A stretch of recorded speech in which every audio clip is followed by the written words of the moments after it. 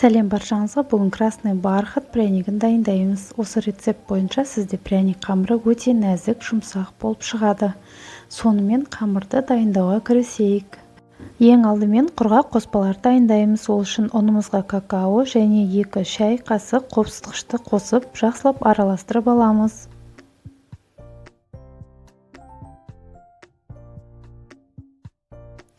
Кейін жұмсақ сары май мен қантты бөлек ыдысқа салыңыз, венчикпен немесе миксермен төмен жылдамдықта араластырыңыз.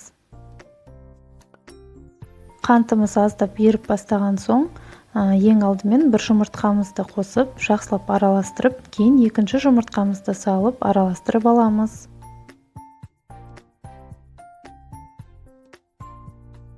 Араластырып болған соң, массамызға шамамен 1 шай қасық краситель қоспасын қосамыз. Кейін жақсылап біркелкі болғанша араластырамыз.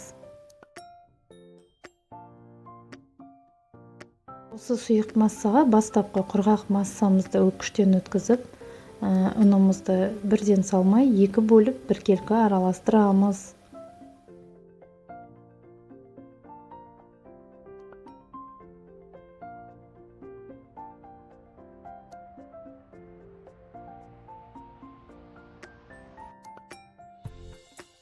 Өткіштен өткізіп болған соң, қамырын қолымыздың көмегімен илеп аламыз. Қамыр дайын болғаннан кейін тоңазытқышқа 30 минутқа қоямыз. Өйткені ол аздап қатып, пешімізде біркелкі пісіп шығуы оңай болады. Қамырды тоңазытқыштан алып, бірнеше бөліктерге бөліп, яғни 25 граммнан өлшеп, дөңгелек пішінін жасап аламыз.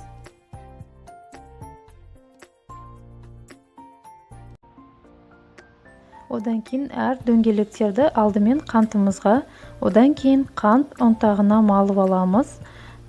Кейін пергамент төселген формамызға арасын ашып қойып, қызып тұрған пеште 180 градуста 10-15 минутта пісіріп аламыз. Пряниктеріміз дайын.